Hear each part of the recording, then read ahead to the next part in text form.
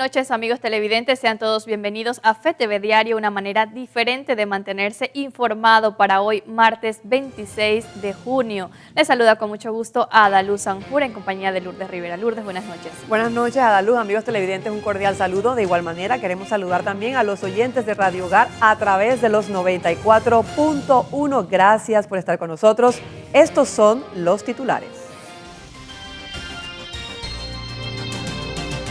Estos son los titulares para hoy martes 26 de junio. Avanza el proceso de mudanza del mercado de abastos a Merca Panamá. Jubilados protestan frente a la Asamblea Nacional. Exigen aumento en sus jubilaciones. Panamá presentó cifra récord en incautación de drogas. En las internacionales, sin avances, concluyó primer día de diálogo entre el gobierno nicaragüense y la oposición. Gobierno venezolano rechaza sanciones impuestas por la Comunidad Europea. Esto es FETV Diario. Iniciamos. Autoridades afinan detalles para la mudanza del mercado de abastos en el mes de septiembre. En el mes de septiembre, más de 300 comerciantes del mercado de abastos serán trasladados hacia Merca Panamá en la vía Centenario, donde se ultiman detalles para concretar la mudanza que en un principio se había dicho que sería en el mes de enero de 2018. Sin embargo, los planes de mudanza se han postergado. A finales del mes de septiembre del 2018, y donde buscamos reforzar el mantenimiento y todo lo que se está haciendo actualmente en el Merca de Panamá, que son 4 naves que suman alrededor de 25.000 metros cuadrados. Merca Panamá fue construido durante la administración del expresidente Ricardo Martinelli y se tenía previsto que la mudanza de ese proyecto se diera al entrar la administración de Juan Carlos Varela, pero debido a algunas irregularidades, la mudanza se ha aplazado para finales del mes de septiembre. Según Roque Maldonado, gerente general de Cadena de Fríos, se está avanzando en algunas adecuaciones para abrir el servicio de ese mercado. Se encuentran con diferentes espacios, dependiendo del metraje, con las condiciones adecuadas y un manejo definitivamente que va a estar regido por términos y condiciones adecuadas, y en adición a eso un reglamento que definitivamente es el que va a ordenar el modo en que se va a estar trabajando dentro de este mercado. Merca Panamá está ubicado en la vía Centenario. Actualmente se trabaja para que el sistema del Metrobús llegue hasta este punto. Desde hace tiempo en tener una ruta específica que hasta ahora no llegaba hasta la puerta de lo que será, digamos, las nuevas instalaciones de la cadena de frío, y estamos trabajando, lo tenemos todo a punto, solo estamos pendientes de un tema, digamos, infraestructural, que así que ellos nos digan, oye, solucionado, y el MOB ya ha abierto el paso para un retorno que nosotros necesitamos como... Según las autoridades del Ministerio de Desarrollo Agropecuario, se busca impactar lo menos posible en la circulación por la vía Centenario, y para eso los camiones que llevarán mercancía a Merca Panamá entrarán al lugar en un horario de 9 de la noche a 3 de la mañana. La idea del Merca en su primera etapa es que la mudanza sea mayorista, y después poco a poco, sábado y domingo, va a ir abriendo, a ampliarse al tema minorista, y que el consumidor panameño tenga una cultura también de Merca un día a la semana, en lugar de ir cada vez al chinito o cada vez a los supermercados, sino tenga un día donde pueda conseguir todos los vegetales frescos al mejor precio posible. Se espera que con la apertura de Merca Panamá los productos que llegan al consumidor tengan una mejor calidad, debido a que el mercado cuenta con la tecnología para la preservación de los productos. Con cámara de Gary Acosta, Ramsés Betancourt, FETV Diario.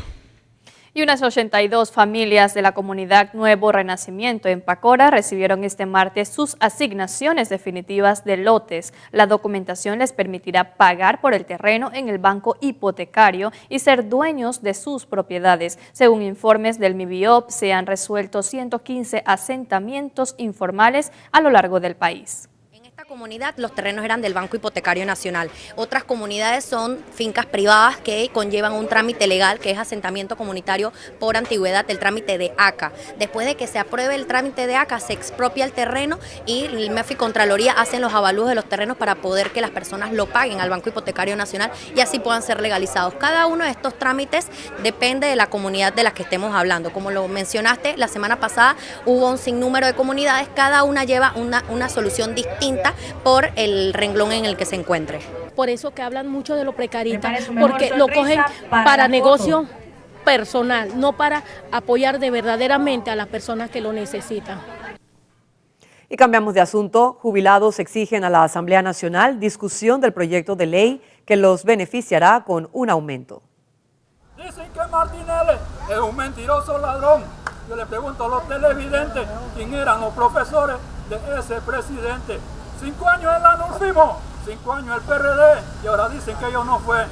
Un grupo de jubilados protestó en horas del mediodía de ese martes frente a las instalaciones de la Asamblea Nacional. Los jubilados piden que se discuta en la Subcomisión de Salud el proyecto de ley 621 que busca modificar el artículo de la ley 51 del 27 de diciembre de 2005. Esta lucha viene de hace rato. Lo que pasa es que en Panamá pareciese que los diputados, principalmente los de la Comisión de Salud, no consideran la edad ni el tiempo que uno pierde aquí en esto. Y hoy, precisamente, yo hice responsable a los diputados si aquí le sucede algo a un jubilado o pensionado. En medio de la protesta, los ánimos de una de las jubiladas se alteró en medio de una conversación con el diputado Gabriel Soto. A todos los panameños que están en $1,000, ¿cuánto están ustedes? ¿En cuánto están ustedes? ¿Ah? ¿Cuánto ganan tú? En 7.000. Ah, 7.000. Ajá. ¿Y por qué no puede ganar un docente y todos aquí Buena Plata? Todos los extranjeros que vienen aquí, ¿tú sabes lo que dice? ¿Tú sabes lo que dicen los extranjeros cuando vienen aquí? Que todos los panameños deben ganar buenos salarios aquí. Sí. Claro, pero que se lo roban. Se lo roban. Pero, y la otra parte entonces, para la que hay viva. que corregir eso. Hay que corregir eso. Si el que se lo roban, que lo vayan a meter preso. Los jubilados dicen que lo que actualmente cobran de su jubilación no les alcanza para cubrir sus necesidades básicas. La institución más idónea para hacer ese tipo de análisis es la Caja de Seguro Social, porque ya tiene Le hago una pregunta al economista que está aquí. ¿Cuántos jubilados hay a nivel nacional? Que me diga esa respuesta. No han tenido la fórmula para reunirse ni para hacer el informe. Ahora habla de que el Seguro Social no les ha entregado cifras exactas en cuanto a cantidad de jubilados y cuánto representaría este aumento. Pues yo le voy a decir al diputado Soto que los actuarios del Seguro Social ni ellos mismos tienen las cuestiones al día. La presidenta de la Asamblea Nacional se reunió con representantes de los jubilados para buscar soluciones. Los jubilados no descartan volver a hacer cierres de calles si no se les da una solución permanente. Los jubilados proponen que del excedente de la Autoridad del Canal de Panamá se les dé un incentivo para su aumento de la jubilación. Con cámara de Gary Acosta, Ramsés Betancourt, FETV Diario. Bien, vamos a cambiar de tema porque la ministra de Educación, Marcela Paredes, dijo este martes que están en la espera del refrendo por parte de la Contraloría para iniciar los trabajos de limpieza en el colegio Yecta B. Duncan. Actualmente 2 pabellones de este colegio están cerrados por contaminación con heces de palomas. Yo les pido un poquitito de paciencia, es un proyecto bien importante porque ellos han luchado muchísimo. El Yecta B. Duncan tenía no solamente un problema de contaminación por palomas, sino también un amplio deterioro en todos los techos de los distintos pabellones, así que se está haciendo una inversión bastante alta en su renovación y ya la etapa de refrendo es la última. Normalmente, como es su deber, Contraloría tiene que revisar tanto la parte de ingeniería como la parte legal, como todos los documentos que respaldan a la empresa contratista, pero eso no debe ser un trámite que tome mucho más tiempo, así que ya nos falta poquito.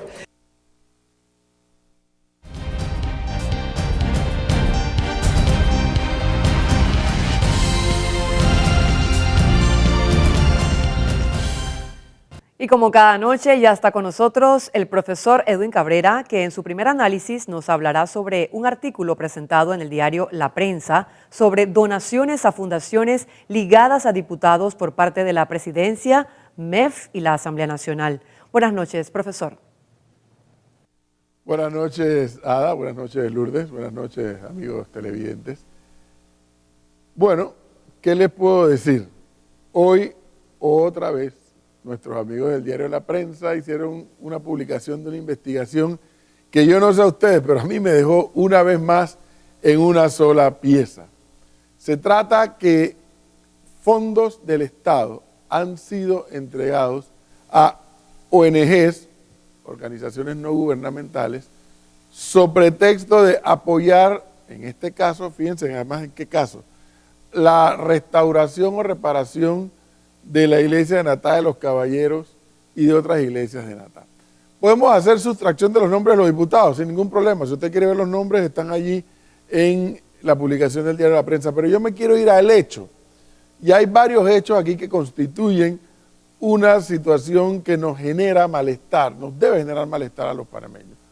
Por un lado, ¿por qué el Ministerio de Economía y Finanzas, según lo que se publica hoy, tiene que entregarle 150.000 balboas a una ONG para la reparación de una iglesia en Natal? ¿A título de qué?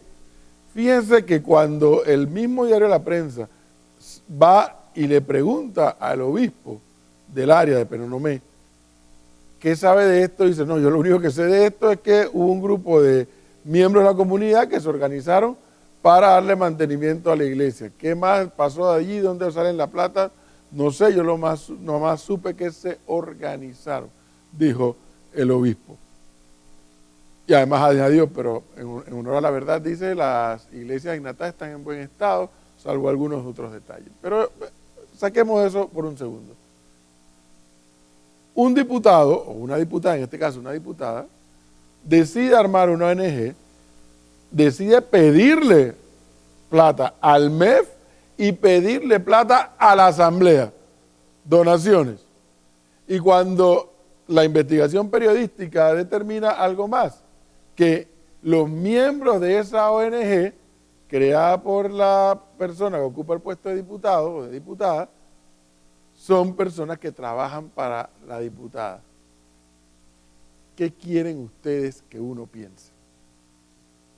Ah, y en la iglesia de Natal de los Caballeros, según dice el diario La Prensa, no se ha puesto ni un bloque ni se ha reparado nada, según dice la investigación del diario La Prensa. Yo no es que tengo que hacerle caso a todo lo que publique la prensa, no, pero sí creo en el esfuerzo periodístico de investigación que ellos hacen y que en muchas ocasiones aciertan y en algunas otras ocasiones puede que se hayan equivocado. Pero aquí el problema de fondo, no es solamente de fondos, sino de fondo, es por qué graciosamente, a título de qué, el MEF traslada partidas a organizaciones no gubernamentales y particularmente si son de diputados. Eso no puede ser. Eso le hace un daño terrible a la institucionalidad del país. Pero más grave que eso, genera más suspicacia por parte de nosotros los ciudadanos hacia los gobernantes. Le hace ejecutivo, le hace legislativo. La misma investigación periodística indica que en otro caso de otro diputado, propietario de una estación de radio, recibe no sé cuántos cientos de miles de dólares en inversión publicitaria. Y uno podría decir, bueno, pero inversión publicitaria hace todo el Estado, hace la empresa privada, ojo, pero hay un problema, y es que la Constitución prohíbe que los diputados hagan negocios con el Estado. Y según la investigación, la estación es propiedad de un diputado. Y la estación firma contratos de publicidad con entidades del Estado. Entre otras, la propia Asamblea Nacional de Diputados. Y hasta donde puedo saber, hay otras estaciones de radio en las mismas condiciones. ¿Cuáles las mismas condiciones? Estaciones de radio, propiedad de los diputados y que contratan publicidad con el Estado, el Ejecutivo o con el propio órgano legislativo. Y la Constitución lo prohíbe. Y yo sé cuál va a ser la excusa. No, yo, fulanito de tal, que soy el diputado, no aparezco, pero aparece la esposa, el hijo, el primo, el tío, la prima o los empleados que están en la misma partida 080 o en la partida 172. Por donde agarres este tema de la Asamblea, hay un problema. Y hay un problema que deteriora más y más y más, no solo la imagen del órgano legislativo, deteriora la institucionalidad del Estado. Porque ¿con qué nivel de independencia actúan diputados que tienen ONGs o que tienen empresas que hacen negocios o que reciben partidas de entidades del Estado?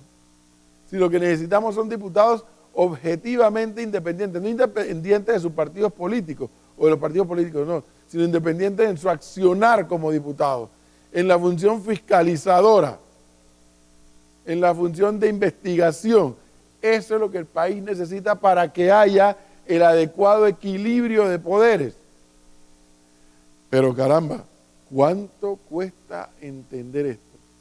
Y no solamente cuánto cuesta entender esto, cuánto nos cuesta a nosotros los contribuyentes este jueguito que se tiene en la Asamblea con la partida 080, con la partida 172, con los contratos de donaciones, con las empresas que son propietarios de ellos, con las ONGs, y siga sumando.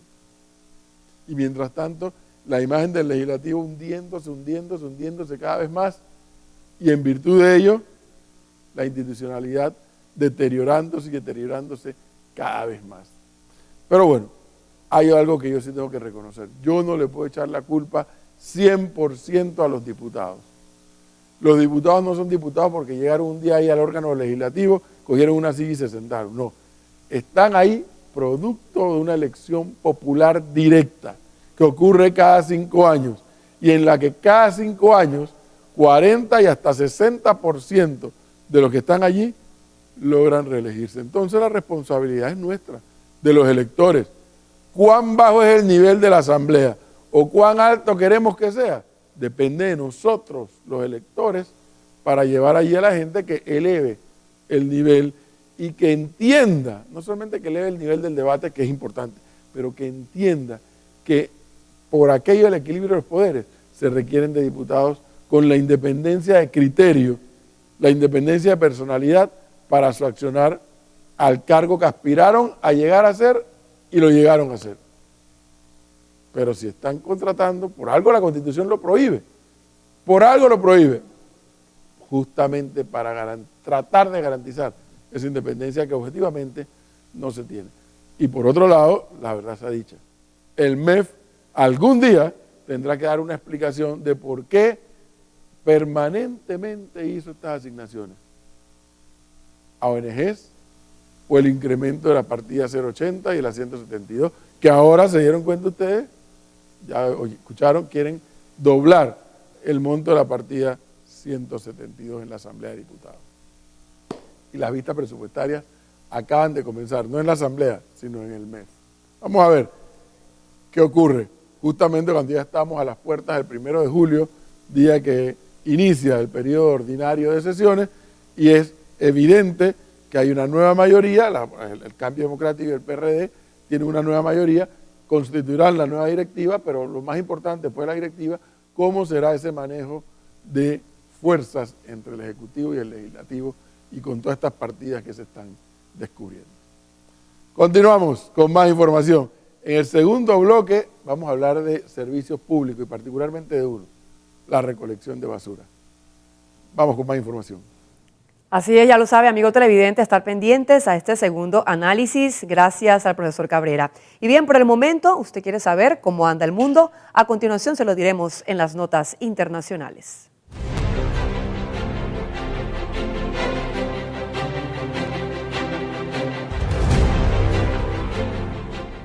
Iniciamos nuestro recorrido por el mundo y el ejército del régimen de Bashar al-Assad lleva a cabo desde hace días operaciones militares para recuperar las zonas rebeldes del sur del país. El humo se eleva sobre los edificios en las llanuras de Dera durante los ataques aéreos. Las fuerzas del régimen sirio lanzaron el martes una ofensiva contra los barrios controlados por los rebeldes, tras una semana de bombardeos contra los territorios insurgentes del sur del país que provocaron el éxodo de decenas de miles de civiles. Tras haber retomado el último bastión rebelde cerca de Damasco y expulsado a los yihadistas de la capital en abril, el régimen de Bashar al-Assad está decidido a recuperar el sur de la nación. Para ello, cuenta con el apoyo de su aliado ruso, Vladimir Putin. Desde que comenzó en marzo de 2011, la guerra en Siria ha dejado sin hogar a miles de personas y un saldo de vidas que supera los 350.000 muertos. En otro asunto, el vicepresidente norteamericano Mike Pence llegó a Brasil para reunirse con el mandatario Michel Temer y evaluar temas como la migración y la situación de refugiados venezolanos. Así comenzaba una visita de 2 días a la mayor economía de la región. El vicepresidente estadounidense Mike Pence arribó a Brasilia en la mañana del martes junto con su esposa Karen. En la agenda para su reunión con el presidente Michel Temer está la situación de los casi 50 niños brasileños que fueron separados de sus padres en la frontera entre Estados Unidos y México. Un drama que afecta a más de 2.000 menores, en su mayoría centroamericanos. Los jerarcas buscarán además avanzar en las negociaciones para que Washington pueda usar la base de Alcántara en Maranhão para el lanzamiento de satélites. La situación de Venezuela es otro de los puntos de la agenda. Más de 32.000 venezolanos han pedido refugio en Brasil y otros miles residencia temporal en el marco de la crisis en la que está sumido el país caribeño. El miércoles Pence visitará un centro de acogida a refugiados en Manaus, capital de la Amazonia. Según la agencia Bloomberg, el vicepresidente anunciará allí un aumento de la ayuda humanitaria a los venezolanos a través de la Agencia de la ONU para los Refugiados. Se trata del tercer viaje de Pence a Sudamérica, que continuará luego en Quito. Nos vamos a Centroamérica, donde la primera jornada del diálogo entre el gobierno nicaragüense y grupos opositores concluyó, pero sin ningún avance positivo. El diálogo en Nicaragua se reanudó el lunes y el gobierno no respondió aún a la propuesta de adelantar las elecciones, mientras se recrudece la violencia que deja unos 210 muertos en 2 meses de protestas contra el presidente Daniel Ortega. Por ello, el día de mañana nosotros vamos a dar los pormenores de las actividades que habrán en esta semana para demostrarle a los organismos internacionales, como testigos directos y oculares, de la fuerza y la unidad que tiene el pueblo nicaragüense para ejercer presión al régimen Ortega Murillo, porque ellos van a servir como observadores de que si nos reprimen, que nos repriman con ellos siendo testigos, ante todo. La primera jornada de esta ronda de conversaciones entre el gobierno y la opositora Asociación Cívica por la Justicia y la Democracia cerró sin avances, al tiempo que se registraron fuertes operativos de policías, parapolicías y paramilitares en varias ciudades. La Conferencia Episcopal de Nicaragua, mediadora del diálogo, propuso el 7 de junio a Ortega, cuyo tercer mandato consecutivo concluye en enero de 2022, adelantar las elecciones de 2021 a marzo de 2019 para bajar la tensión del país. Las protestas iniciaron el 18 de abril contra la reforma a la seguridad social, pero tras las muertes de jóvenes en la represión de las marchas, exigen justicia y la salida de Ortega, al que acusan de forjar una dictadura junto con su esposa, la vicepresidenta Rosario Murillo. Y la dirigencia del partido gobernante en Venezuela rechazó las sanciones impuestas por Europa a 11 funcionarios del gobierno del presidente Nicolás Maduro. El gobernante Partido Socialista Unido de Venezuela condenó el lunes las sanciones impuestas por la Unión Europea contra la vicepresidenta del país, Delcy Rodríguez, y otros altos funcionarios. Nosotros entendemos que una posición bolivariana, que una posición de soberanía, a algunos poderes fácticos les molesta, pero no busquen en nosotros cobardía. La Unión Europea había anunciado que aplicaría nuevas sanciones contra miembros del gobierno venezolano a raíz de la reelección presidencial de Nicolás Maduro el pasado 20 de mayo, que Bruselas considera carece de credibilidad. Los cancilleres europeos prohibieron a 11 personas viajar a la Unión Europea y bloquearon sus activos en el bloque, considerando que han socavado la democracia, el Estado de Derecho y los derechos humanos. La vicepresidenta Delcy Rodríguez advirtió en Twitter que no cederá a ninguna amenaza o extorsión. Rodríguez fue señalada de usurpar las competencias del Parlamento venezolano mientras presidió la Asamblea Constituyente, que rige al país con poderes absolutos y que no es reconocida por el bloque europeo. Y Argentina fue paralizada por una huelga de 24 horas promovida por los sindicatos como una demostración de fuerzas por las medidas económicas implementadas por el gobierno del presidente Macri. Los sindicatos de Argentina paralizaron el lunes al país en una huelga de 24 horas en rechazo a la política económica del presidente Mauricio Macri y su acuerdo con el Fondo Monetario Internacional.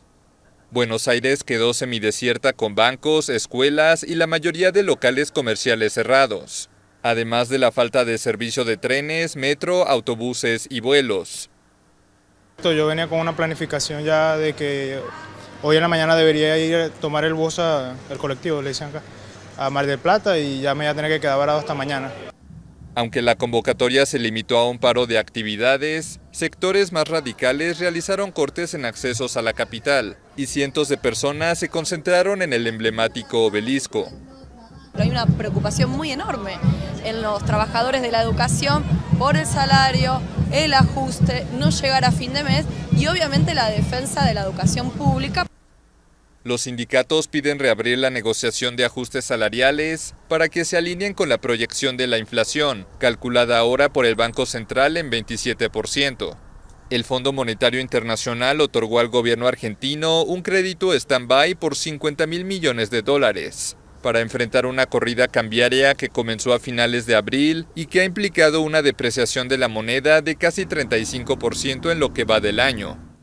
Bien, hasta aquí la actualidad internacional. En solo minutos, nosotras regresamos con más de Noticias del Vaticano y mucho más.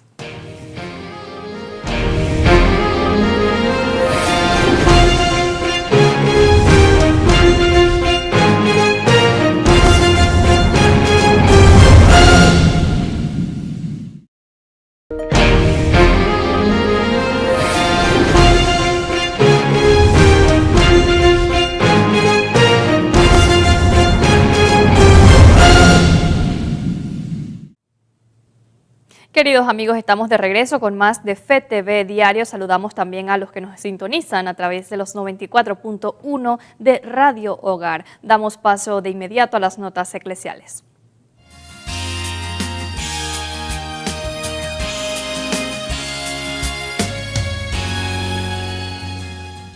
Y la oficina de prensa de la Santa Sede informó que la mañana de este martes 26 de junio en el Palacio Apostólico del Vaticano, el Papa Francisco ha recibido al presidente de la República de Francia, el señor Emmanuel Macron. Emmanuel Macron y su esposa fueron recibidos en el patio de San Damaso por Monseñor Georg Ganswein, el prefecto de la Casa Pontificia. Macron se encontró con Francisco casi 10 minutos más tarde del horario previsto. El Papa y el presidente francés departieron durante casi una hora. Los 57 minutos que Macron ha permanecido reunido con el Papa le convierten en el mandatario al que más tiempo ha dedicado Francisco. Y es que sobre la mesa tenían muchos temas que tratar, como el medio ambiente, una cuestión que preocupa a ambos, especialmente tras la salida de Estados Unidos del Acuerdo de París, la situación de las minorías religiosas en Oriente Medio, conflictos en curso como los de República Democrática del Congo o República Centroafricana y también, por supuesto, la crisis migratoria en el Mediterráneo, que está polarizando posturas de países como Italia y Francia. El presidente francés invitó a este encuentro con el Papa representantes de organizaciones que trabajan por los más desfavorecidos. Por ejemplo, a la presidenta de Cáritas Francia, que entregó a Francisco un informe de actividades.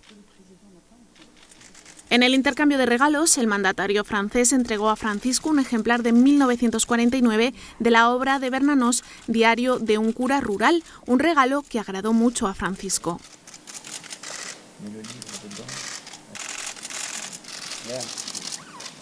El Papa, por su parte, obsequió a Macron con un grabado que muestra a San Martín de Tours compartiendo su capa con un pobre. También le entregó los documentos principales de su pontificado, incluyendo su exhortación sobre la santidad. Después de las fotos de rigor, el Papa le entregó un último obsequio, su mensaje para la Jornada Mundial de la Paz. Y aunque se habían saludado de forma muy discreta y protocolaria, la despedida fue bastante más cálida. El Papa hizo a Macron su habitual petición.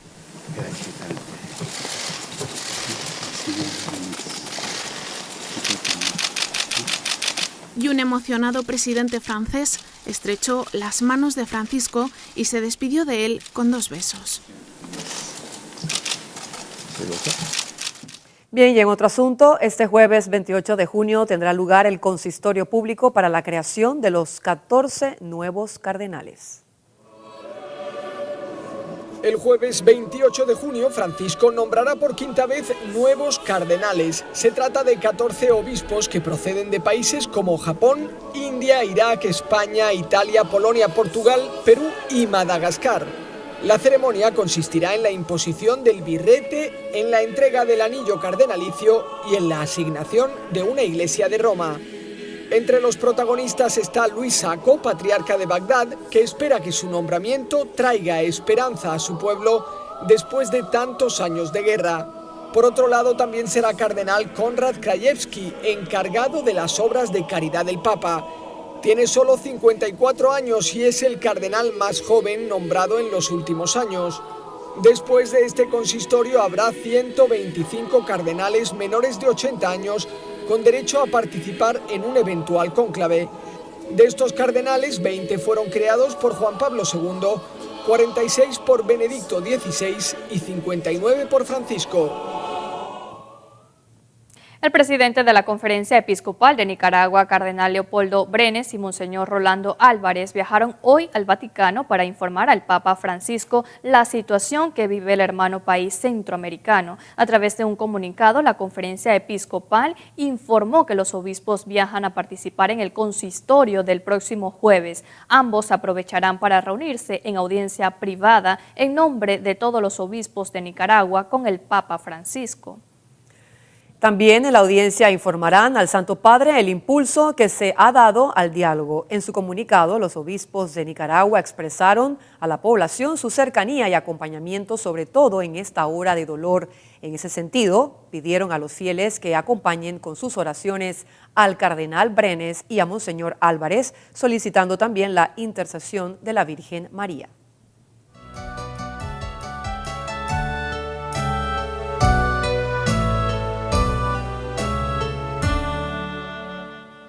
Bien, y en el enfoque pastoral de esta noche, el padre Francisco Verar nos hablará sobre lo ocurrido el pasado domingo en distintas provincias de Argentina para rechazar el proyecto de aborto que en los próximos días se debatirá en el Senado. Buenas noches, padre.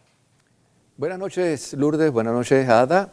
Buenas noches, queridos amigos fetevidentes. Quiero presentarles en este enfoque pastoral este video. Quiero que lo observen. Esto ocurrió en el día, hace 2 días, en Tucumán, en Argentina. Miren ustedes estas imágenes, miles de personas en la calle. Y no solamente en Tucumán, en varias diócesis, en varias regiones de Argentina, miles de católicos y no católicos defendiendo la sacralidad de la vida humana desde el primer instante de la concepción. A mí me llama la atención que esto no es noticia en algunas agencias, ¿verdad?, internacionales. No es noticia. Aquí seguramente habrán más de 100.000 personas de diferentes barrios y ciudades de Argentina. Hicieron una manifestación ruidosa, la llaman ellos, ¿verdad?, contra el aborto. Porque los diputados hicieron una ley donde se permite el aborto, o el aborto es legal hasta, me parece que son 3 meses.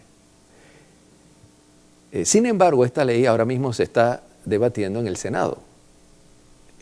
Y entonces estas manifestaciones se están haciendo para que el Senado eche hacia atrás esta ley. Yo pienso que tienen todo el derecho estos cristianos de tirarse a la calle. Y los políticos de Argentina deben ver esto y sentir esto y no hacer leyes simplemente por una imposición de algunas organizaciones internacionales, ¿verdad?, que quieren que se apruebe en nuestros países de América el aborto, la eutanasia, el matrimonio de 2 personas del mismo sexo y se comercialice la droga. Pero, queridos amigos, esa es nuestra realidad. Tenemos que luchar en las calles, pero también debemos estar pendientes. ¿Qué autoridades políticas elegimos? Dentro de algunos meses vamos a tener en Panamá un panorama político y nosotros como habitantes de esta tierra tendremos que elegir a nuestros gobernantes. No debemos creer solamente en promesas de campaña, tenemos que conocer también el pensamiento de cada uno.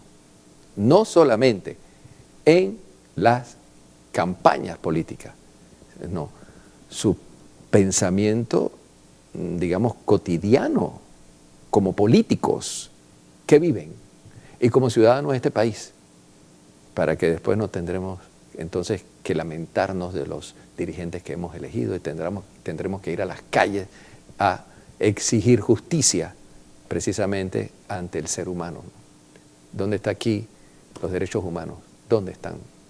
Porque estos organismos internacionales que hablan de derechos humanos no se manifiestan ante el crimen del aborto, ante la comercialización de la droga, ante la eutanasia, ¿no? Callan. Ahí no se manifiestan como se debieran, ¿no? Pero bueno, ese es el mundo en el que estamos, queridos amigos. Así es que lo dejo con esta reflexión. Pensemos en nuestros futuros gobernantes, que dentro de poco ya comienzan las campañas políticas. Adelante.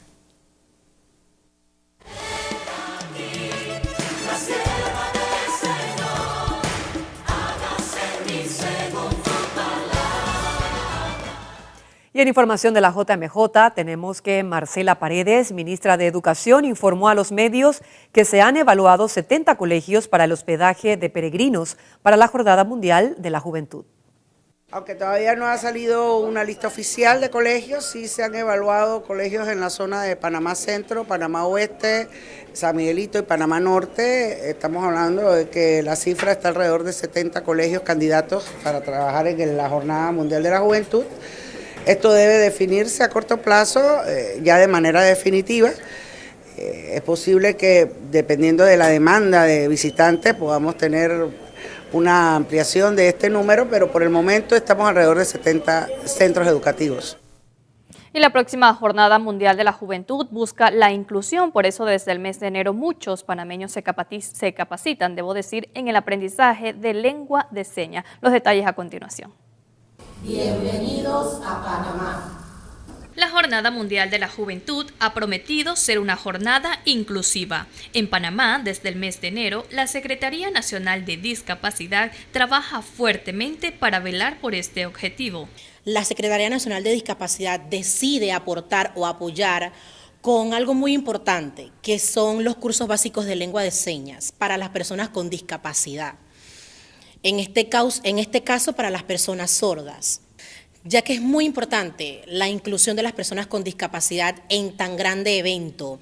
Es una actividad pues que vienen muchas personas de otros países y es importante que las personas con discapacidad formen parte de, que sientan lo que una persona sin discapacidad va a experimentar dentro de la JMJ. Estos cursos básicos de lengua de señas tienen una duración de 3 semanas en un horario de 8 de la mañana a 4 de la tarde. Además del CENADIS, la Asociación Nacional de Sordos de Panamá vela porque todos los participantes aprendan la importancia de la lengua de señas y el respeto a las personas con discapacidad. En este 7º curso, he observado y la verdad me siento muy contenta. He visto cómo los chicos han aprendido muy rápido y eso me hace sentir bastante orgullosa, muy contenta, porque nos hemos dado cuenta que las señas no son difíciles, son fáciles de aprender. Y hemos visto el interés de los chicos en querer aprenderla y eso es importante.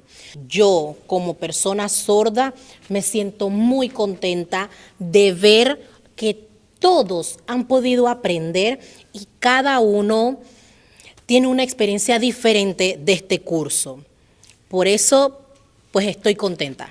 Ya son muchos los beneficiados con este curso gratuito de lengua de señas y se espera que los participantes se integren como voluntarios en la Jornada Mundial de la Juventud. Personalmente siempre me ha gustado aprender lo que es el lenguaje de señas, poder comunicarme con las personas sordas, porque siempre he tenido esa curiosidad.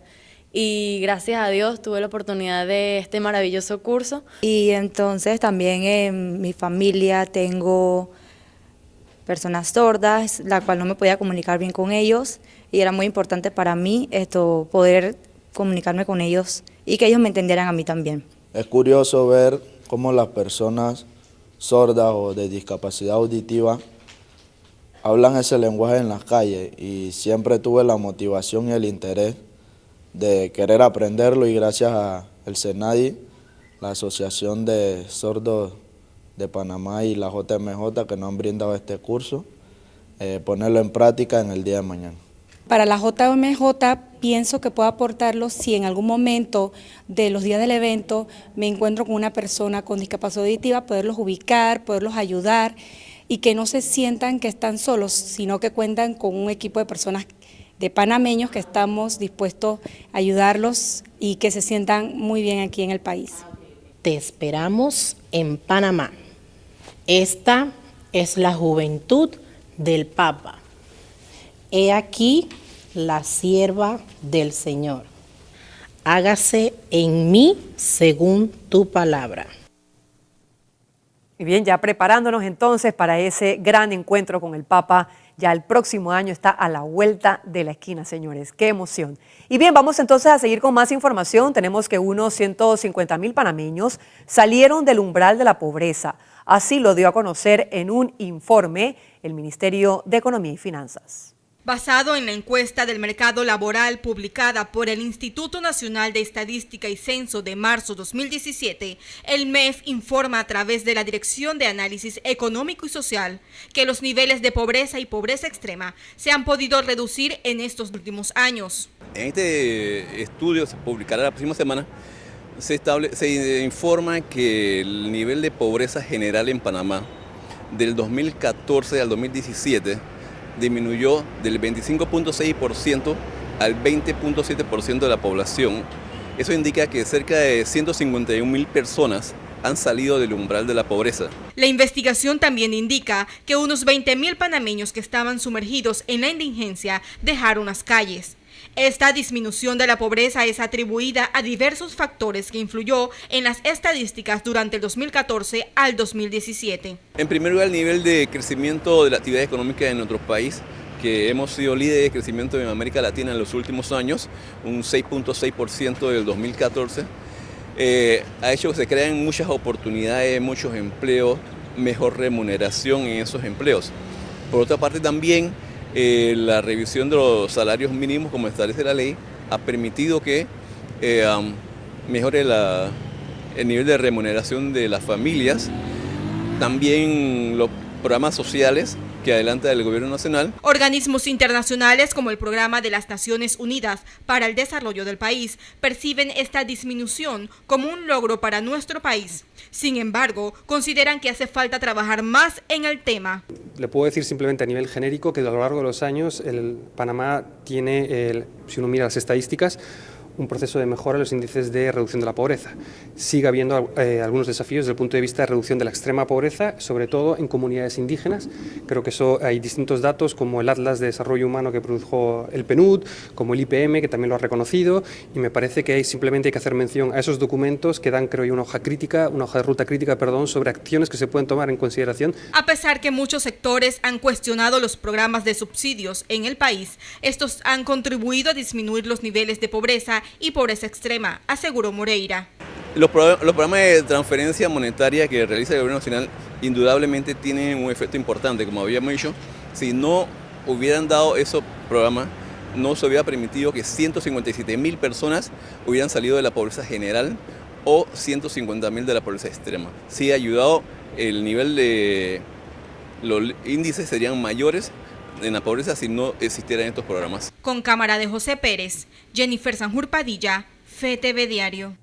Y la semana pasada, productores de diferentes partes del interior del país protestaron en el sector de divisa, exigiendo al Ministerio de Desarrollo Agropecuario respuestas ante las pérdidas que han sufrido debido a las exportaciones. Según el ministro del MIDA, han mantenido comunicación con estos productores.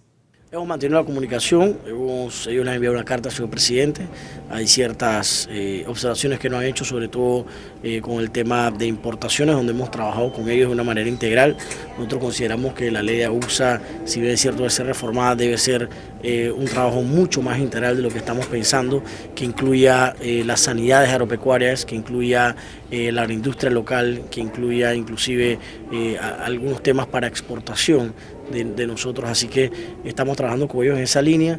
Entendemos que hay los puentes abiertos, nos hemos comunicado con la directiva de la Asociación Nacional de Ganaderos y esperemos seguir en esa comunicación. Y en otro orden de informaciones, Samuel Rivera, director del INADE, se presentó a la Comisión de Presupuesto de la Asamblea Nacional para pedir un traslado de partida de $900.000. Significativamente nuestros centros han aumentado los cursos y el traslado de partida se debe para aumentar la inversión en honorarios profesionales a los instructores.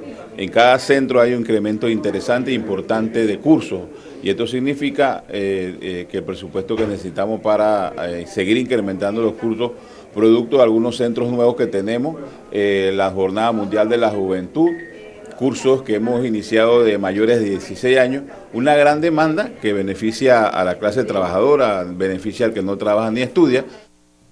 Y la Cámara de Comercio, Industria y Agricultura de Panamá presentó oficialmente el proyecto Agenda País 2019-2024.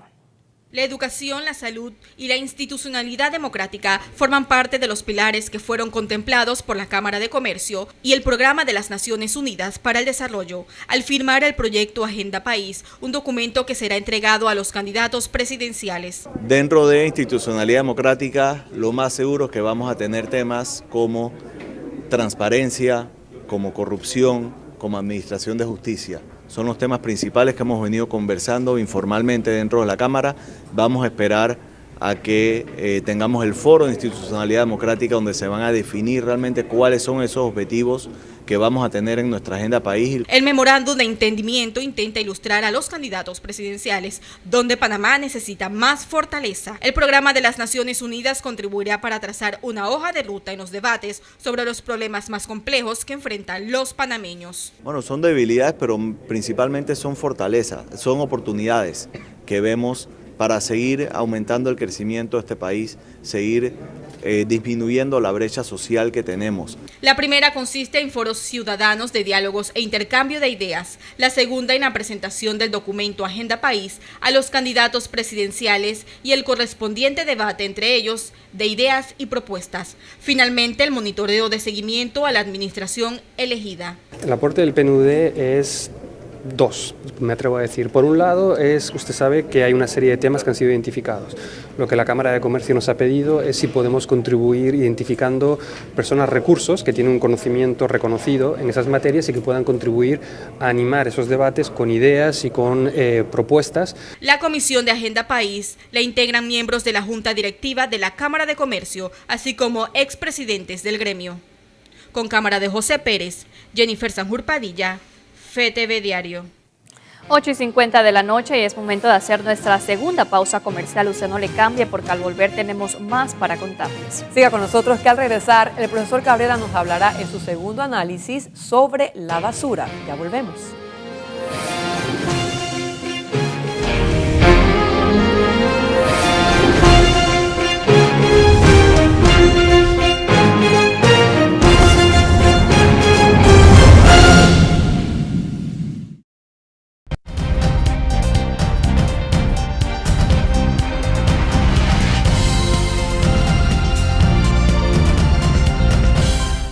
De regreso, amigos televidentes.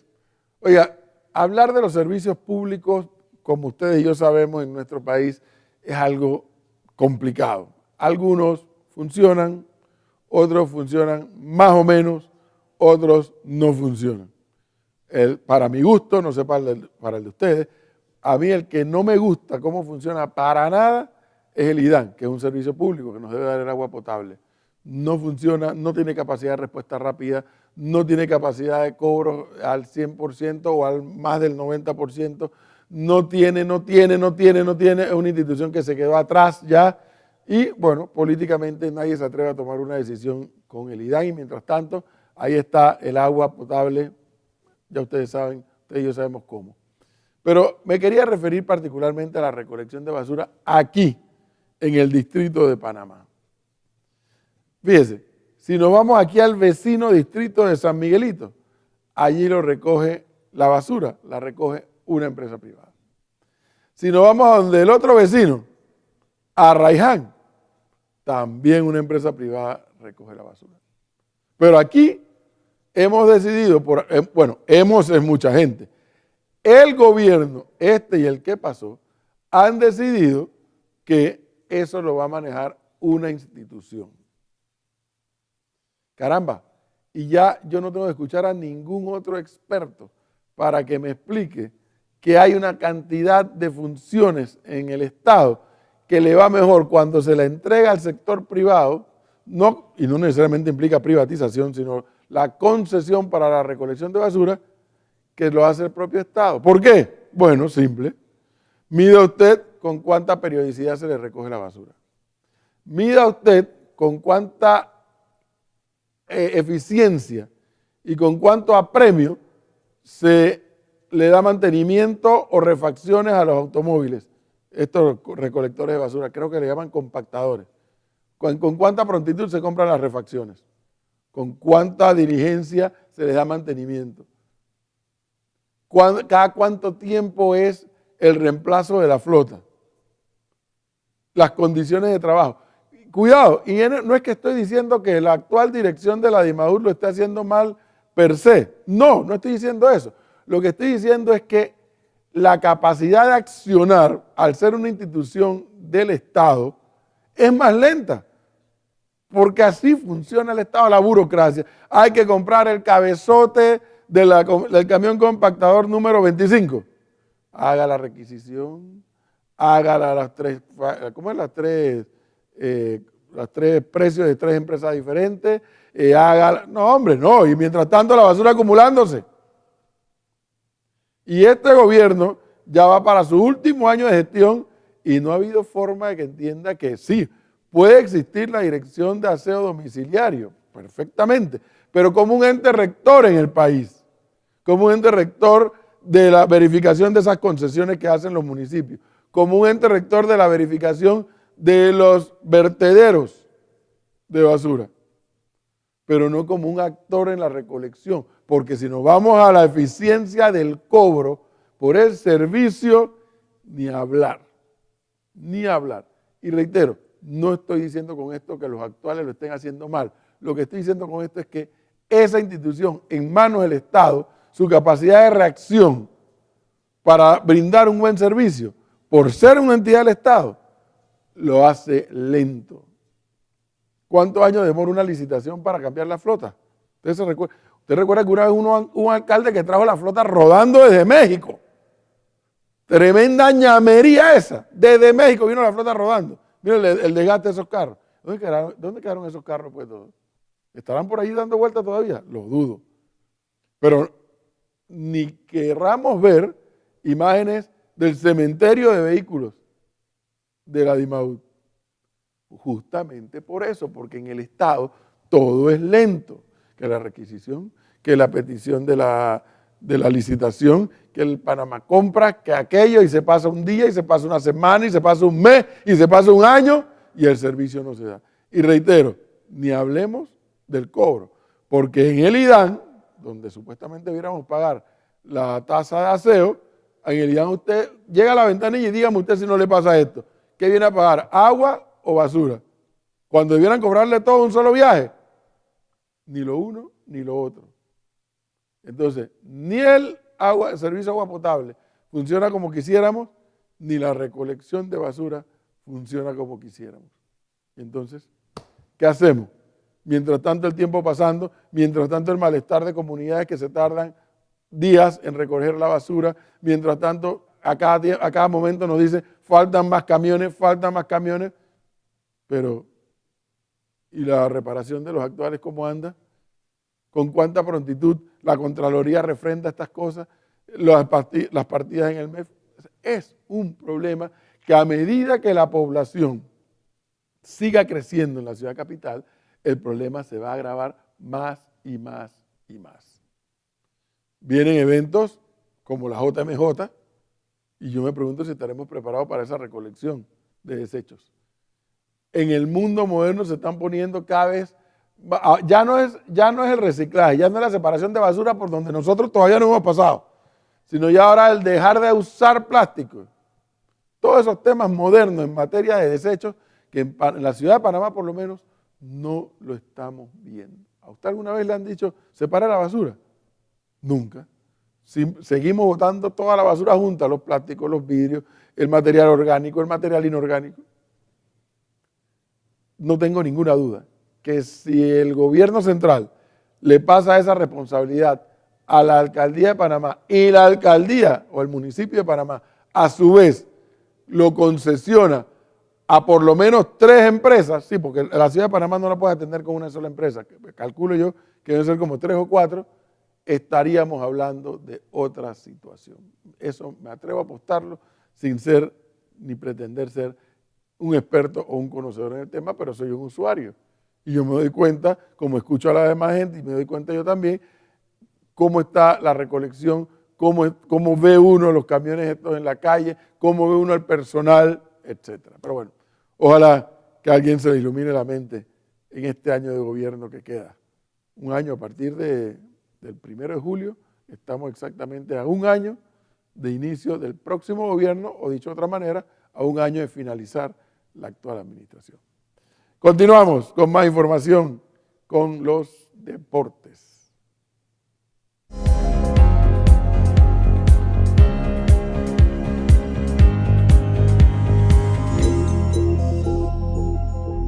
Bien, amigos de FTV Diario, saludos a todos allá en Panamá. Seguimos con la cobertura de nuestra selección acá desde Saransk. El día jueves será ese último partido de la selección ante el equipo de Túnez. Hoy, última conferencia de prensa de Felipe Baloy con la selección de Panamá. Habló tanto el capitán como José Luis Rodríguez, el juvenil de la selección de Panamá. Vamos a escuchar lo que nos dijeron ambos jugadores de la selección. El poder anotar el primer gol de Panamá en un mundial, de verdad que es motivo de orgullo. Yo creo que es un gol que representa mucho para los jugadores, para el país. Y bueno, me tocó a mí en esa oportunidad, pero este es un gol que es de todos los compañeros, de todos los que hemos hecho un gran esfuerzo para estar aquí en Rusia.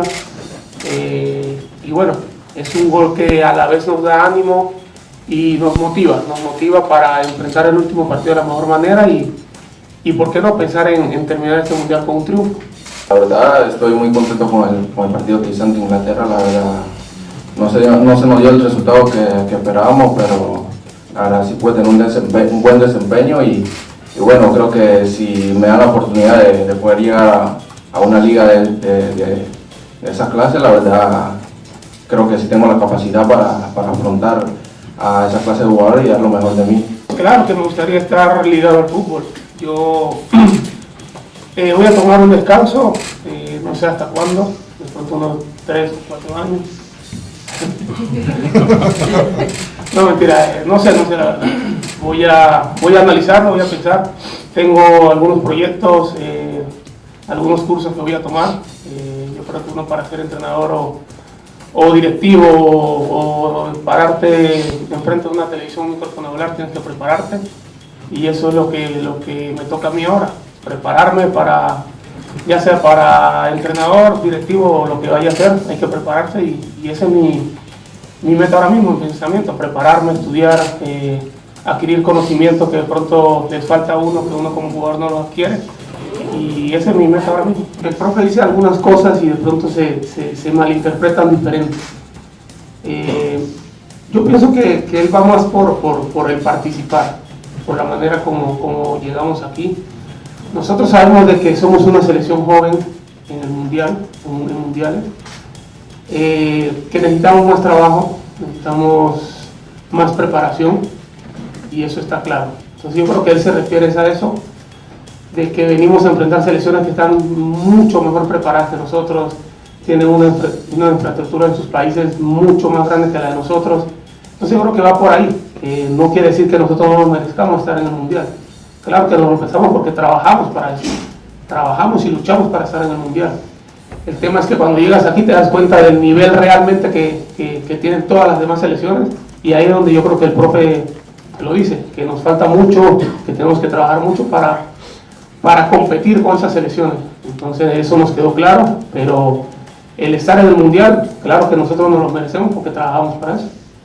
Bien, era lo que comentaban, interesantes declaraciones tanto de Felipe Baloy como de José Luis Rodríguez. Destacar lo de Baloy, que ya oficialmente fue su última conferencia y el día jueves podría ser su último partido con la selección de Panamá. Panamá entrenó, recuerden que Michael Amir Murillo y Armando Cooper no podrán estar con la selección de Panamá el día jueves por acumulación de tarjetas. Ambos recibieron tarjetas tanto en el partido ante Bélgica, tanto en el partido ante la selección de Inglaterra. Adolfo Machado y Pepe Ávila serían los candidatos a reemplazar a estos dos jugadores. Se habla que Luis Tejada podría salir de la partida en el ataque por la selección de Panamá. Recuerden que Blas Pérez ha sido el titular en los primeros dos partidos. Vamos a estar pendientes con lo que pase con la selección. Mañana estaremos desde el reconocimiento de cancha, conferencia de prensa del técnico de la selección de Panamá, Hernán Darío El Bolillo Gómez, a ver qué pasa previo al último partido de la selección de Panamá en la Copa del Mundo. Para mañana tendremos más informes con lo que esté pasando acá. Se siguen definiendo los partidos para los octavos de final de esta Copa del Mundo. Regresamos con ustedes para la parte final del noticiero. Muchísimas gracias, Alejandro, por tu completo reporte desde Rusia. Y ven, de esta manera hemos llegado al final. Gracias a todos por acompañarnos, también a los amigos de Radio Hogar a través de los 94.1. Los esperamos mañana a la misma hora con más de FETV Diario. Así es, usted siga en sintonía de FETV porque ya inicia el programa Buenas noches para todos. Ahí vamos a estar acompañando al padre Francisco Verar y a la hermana Verónica. Usted sintonice, queridos hermanos, porque FETV necesita de usted. Que tenga excelente noche.